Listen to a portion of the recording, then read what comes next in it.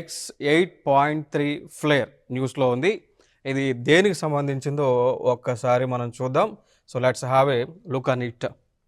So solar flare, so దీన్ని తెలుగులో మనం సౌర జ్వాల అని పిలుస్తూ ఉంటాం.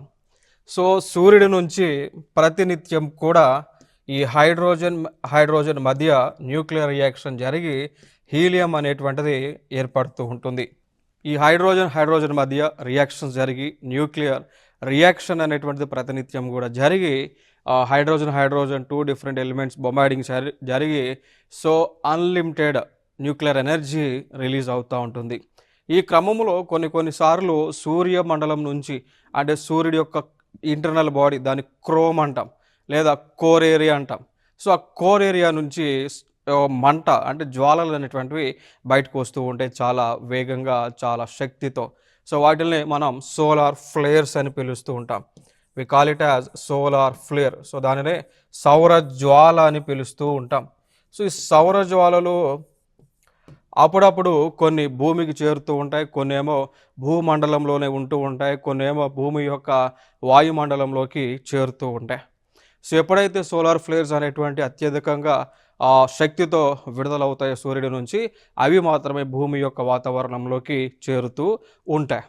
సో అట్లా ఇటీవల పసిఫిక్ ప్రాంతంలో X8.3 అనేటువంటి ఒక సౌర జ్వాల పసిఫిక్ ప్రాంతంలో వచ్చి అక్కడ ఉన్నటువంటి రేడియో నెట్వర్క్ని, సో రేడియో కమ్యూనికేషన్స్ ఏవైతే ఉన్నాయో వాటిని స్తంభింపజేయడం జరిగింది. సో అప్పుడప్పుడు ఈ సౌర జ్వాలలు అనేటువంటి వచ్చినప్పుడల్లా శాటిలైట్ వ్యవస్థ దెబ్బతింటూ ఉంటుంది. అప్పుడప్పుడు సోలార్ సిస్టమ్, అప్పుడప్పుడు మనకి ఈ శాటిలైట్ వ్యవస్థ ఆగిపోతూ ఉంటుంది, సిగ్నల్స్లో డిస్రప్షన్ జరుగుతూ ఉంటుంది.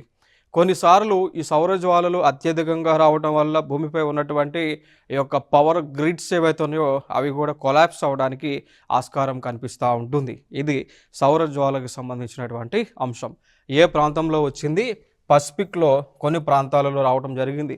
అంటే పసిఫిక్ మహాసముద్రం ఉన్నటువంటి ప్లేసెస్ లైక్ ఇటుపక్క జపాన్ దేశం కానీ, యునైటెడ్ స్టేట్స్ ఆఫ్ అమెరికా లాంటి దేశాల్లో ఈ యొక్క ప్రకంపనలు అనేటువంటివి సౌర జ్వాల ద్వారా రావటం జరిగింది.